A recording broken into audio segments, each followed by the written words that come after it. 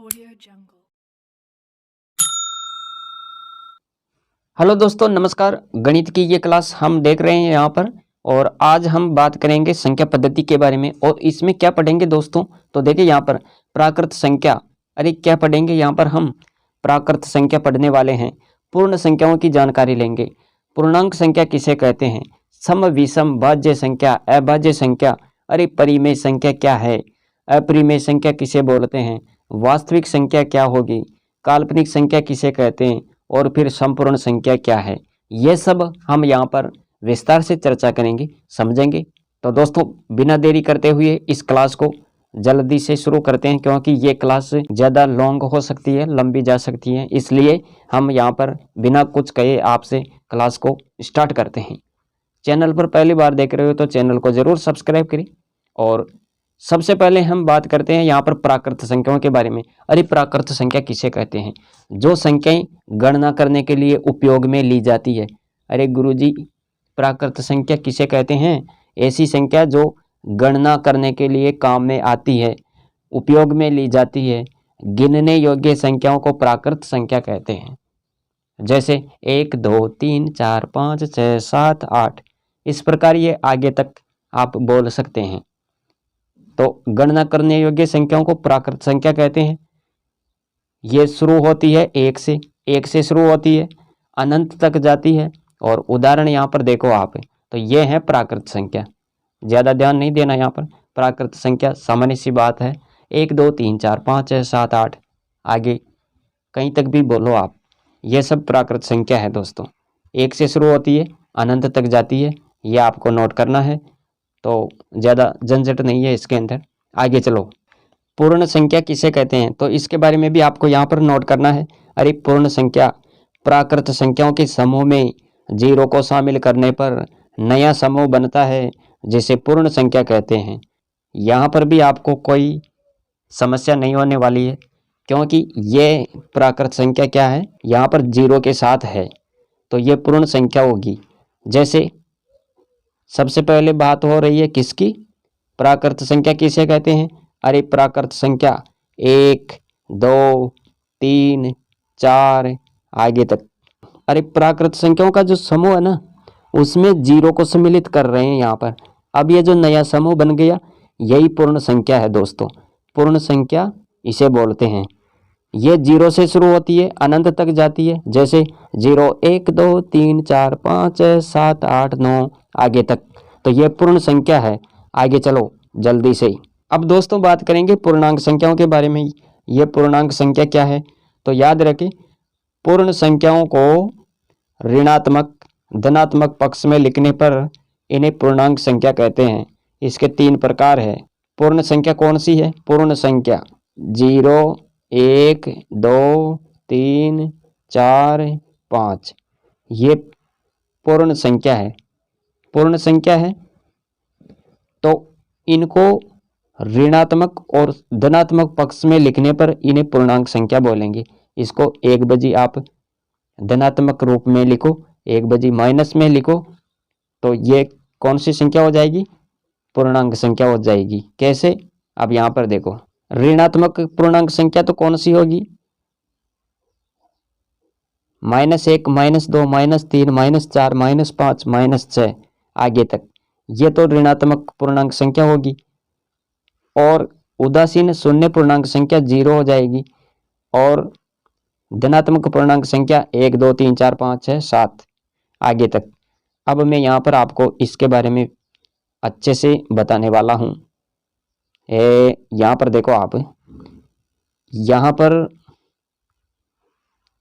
पर मैंने शून्य लिख दिया, 0 लिख दिया है। अब इधर लिखेंगे 1 2 3 इस प्रकार आगे तक। और इधर लिखेंगे -1 -2 -3 आगे तक हो सकती है यह संख्या। अब इधर का जो पोर्शन है, यह तो है ऋणात्मक पूर्णांक संख्या वाला, और इधर वाला जो पोर्शन होगा दोस्तों, याद रखें ये कौन सा हो जाएगा, यहाँ पर धनात्मक पूर्णांक संख्या वाला पोर्शन। और ये जो 0 है बीच में, ये उदासीन या शून्य पूर्णांक संख्या होगी। हमने क्या पढ़ा था, पूर्णांक संख्या 3 प्रकार की होती है। ऋणात्मक पूर्णांक संख्या, उदासीन शून्य पूर्णांक संख्या और धनात्मक पूर्णांक संख्या। तो ये थी पूर्णांक संख्या दोस्तों, समझ में आ गया आपके। चलो आगे चलते हैं। सम संख्या किसे कहते हैं? किसी भी संख्या में इकाई के स्थान पर 0, 2, 4, 6, 8 में से कोई भी एक अंक हो तो वह सम संख्या कहलाती है। समझ में आ गया आपके। जैसे यहाँ पर लिख दिया 1234, 1234। अब आपको पहचान करनी है ये सम संख्या है या विषम।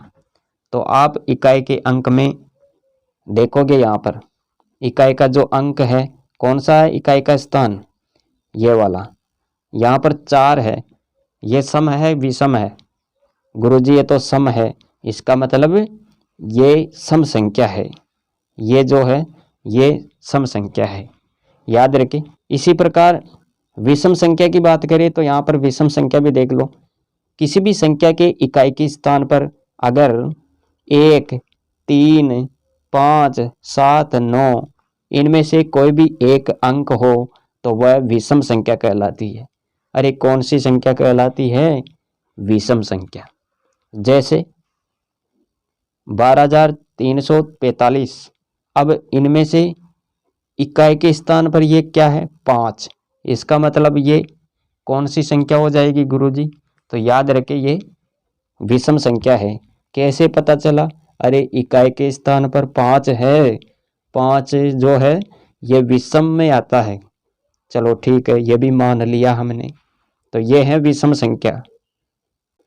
भाज्य संख्या। अब ये भाज्य संख्या किसे कहते हैं, इसके बारे में भी यहाँ पर समझो। भाज्य संख्या वह संख्या जो खुद से और 1 से वह अन्य सभी संख्याओं से कट जाए, विभाजित हो जाए, भाज्य संख्या कहलाती है। अरे इसमें आपको ये ध्यान रखना है, ऐसी संख्या जो एक तो खुद से और 1 से वह अन्य सभी संख्याओं से भी कट जाती है, विभाजित हो जाती है, ऐसी संख्याओं को भाज्य संख्या कहते हैं। याद रखें, जैसे मैंने उदाहरण देकर यहाँ पर बता दिया है, 12 है, ये 16 है और 24 है। 12 कट जाएगा, 12 एकम 12, 6 दूनी 12 और 3 चौक 12। 16 का देखो यहाँ पर 16, 8 दूनी 16, 16 एकम 16। इसके बाद में 24 देखो यहाँ पर 12 दूना 24, 6 चौका 24, 8 तरी 24। तो इस प्रकार ये कट जाएगा ना यहाँ पर, तो इसका मतलब ये भाज्य संख्या है। आगे चलो, अभाज्य संख्याओं की बात करो। यहाँ पर अभाज्य संख्या किसे कहते हैं? अरे अभाज्य संख्या किसे कहते हैं, तो ये भी हमें याद रहना चाहिए। वह संख्या जो केवल 1 और खुद से कटे, विभाजित हो। अरे ऐसी संख्या जो केवल खुद से कटती हो या फिर 1 से विभाजित हो, 1 से कट जाए, तो वह संख्या अभाज्य संख्या कहलाती है। बाकी किसी भी संख्या से नहीं कटेगी, या तो खुद से कट सकती है, खुद से विभाजित हो सकती है, या फिर 1 से। जैसे यहाँ पर देखो 3, 7, 11, 17। अब ये किसके टेबल में आता है? 3 सिर्फ 3 में आएगा, या फिर 1, 2, 3 करोगे तब आएगा। 7 या तो 7 एकम 7 और या 1 इंटू 7। अब ये जो 11 है, 11 एकम 11 कर सकते हो आप, या 1, 2, 3, 4 ऐसे 11 कर सकते हो। फिर ये जो 17 है, या तो फिर आप 17 एकम 17 बोल दो, या 1 इंटू 17 बोल दो। इसके अलावा किसी में नहीं आएगा। तो ये सब क्या है? अभाज्य संख्या है। अब दोस्तों यहाँ पर हम परिमेय संख्याओं की बात करेंगे। परिमेय संख्या किसे कहते हैं? अरे परिमेय संख्या किसे कहते हैं, तो ये भी देख लो। रूट के अंदर आने वाली वह संख्या जो रूट से बाहर आ सके, रूट से बाहर आ सके, ऐसी संख्या कौन सी संख्या कहलाएगी? परिमेय संख्या। जैसे ये अंडर रूट है, इसमें हमने 16 लिख दिया है। अब ये बाहर कैसे आ सकता है, तो देखो आ जाएगा ये बाहर, 4 चौक 16। अरे 4 का वर्ग करोगे आप, 4 चौक 16, तो इस प्रकार ये बाहर आ सकता है ना। तो ये याद रखना है आपको, इसका मतलब ये 16 जो है ये क्या है, परिमेय संख्या है। समझ गए। इसी प्रकार 36, ये 36 है, अंडर रूट में है ये। अब 36 आ जाएगा, ये बाहर आ जाएगा। कैसे आ जाएगा, 6 चरंग का 36, 6 का वर्ग करेंगे हम, 6 इंटू 6 करेंगे, तो इस प्रकार ये बाहर आ सकता है ना। तो ये भी क्या है, परिमेय संख्या है। इसी प्रकार 25, ये 25 अंडर रूट में है, ये भी बाहर आ सकता है। 5 का वर्ग 25 हो जाएगा। अरे 5 का वर्ग क्या हो जाएगा, 25, 50 25, तो 5 के रूप में ये बाहर आ सकता है। तो ये आपको ध्यान देना है यहाँ पर, परिमेय संख्या किसे कहते हैं, समझ में आ गया। रूट के अंदर आने वाली वह संख्या जो रूट से बाहर आ जाए, ऐसी संख्या परिमेय संख्या कहलाती है। ये आ गई अपरिमेय संख्या। रूट के अंदर वह संख्या जो रूट से बाहर नहीं आए और इसके साथ कोई भी संख्या जुड़ जाए, घट जाए, गुणा हो जाए, विभाजित हो जाए, तो वह भी अपरिमेय संख्या बन जाती है।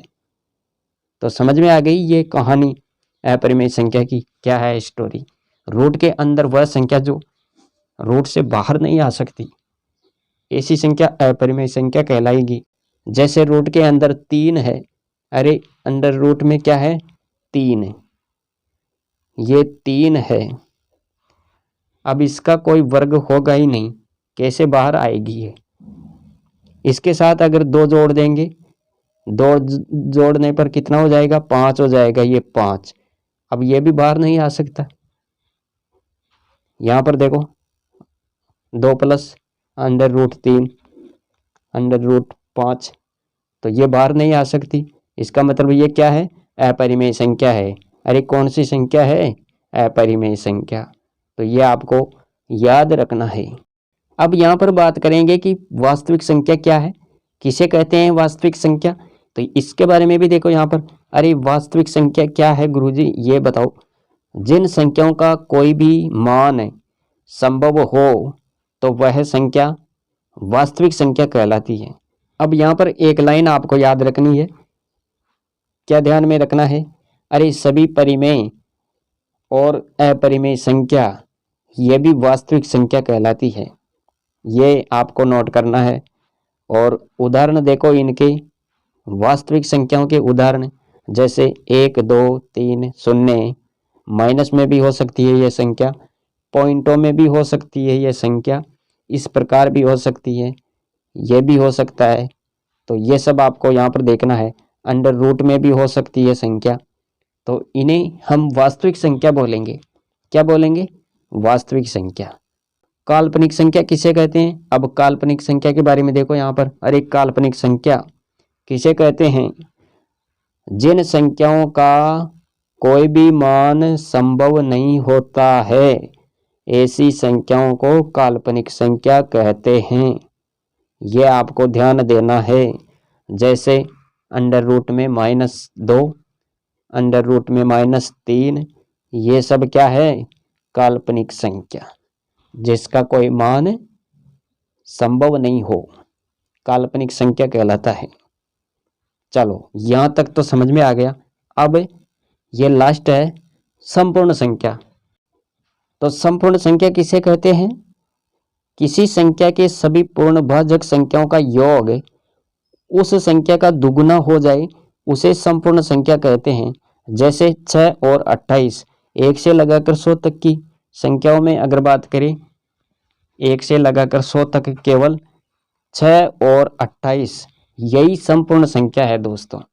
कैसे, देखो यहाँ पर 6 की पूर्णभाजक संख्या कौन सी है, 1 2 3 6, और इनको जोड़े तो कितना हो जाएगा, 12, और 12 6 से कितना है, अरे दुगना है। इसका मतलब 6 क्या है, 6 क्या है, ये संपूर्ण संख्या है दोस्तों। कौन सी संख्या है, संपूर्ण संख्या।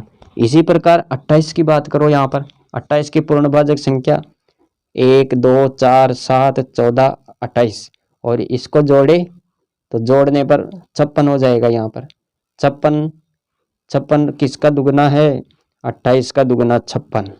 इसका मतलब 28 क्या है, यह भी संपूर्ण संख्या है दोस्तों। तो दोस्तों ये थी आज की क्लास, जिसमें हमने गणित के अंदर ये संख्या पद्धति के बारे में आज विस्तार से चर्चा की। आशा करते हैं ये क्लास आपको पसंद आई होगी, समझ में आई होगी। तो दोस्तों आज के लिए इतना ही, मिलेंगे नेक्स्ट वीडियो में। और इस क्लास को अपने दोस्तों के साथ शेयर जरूर करें, ये सामान्य जानकारी है, सभी के लिए ये क्लास अत्यंत महत्वपूर्ण है दोस्तों।